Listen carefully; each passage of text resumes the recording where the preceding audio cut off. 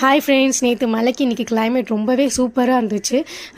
Morning பார்த்திங்கன்னா இன்றைக்கி சண்டேன்றதுனால okay biryani special. எப்போவுமே சண்டேனா பிரியாணி ஸ்பெஷல் தான். சரி ஓகே பிரியாணி செய்யலாம் அப்படின்னு சொல்லிட்டு செஞ்சுட்டு இருந்தோம்.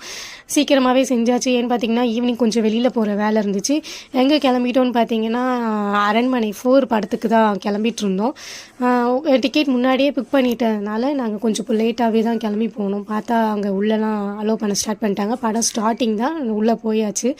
அங்கே போய் படம் பார்த்துட்ருந்தோம். ஃபர்ஸ்ட் பார்த்தீங்கன்னா கொஞ்சம் வால்யூம் ஹைப் ஆகிற இடத்துல மட்டும் கொஞ்சம் பயந்தான். படம் நல்லா சூப்பராகவே இருந்துச்சு, காமெடியாக இருந்துச்சு, நிறைய ட்விஸ்ட்டாக இருந்துச்சு.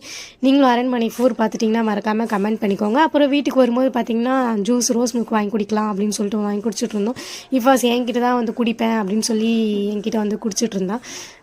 ரோஸ் மில்க் ராஜான்னு சொல்லிட்டு அது 40 ருபீஸ் தான். ரொம்ப நிறையாவே குவான்டிட்டி அதிகமாகவே இருந்துச்சு.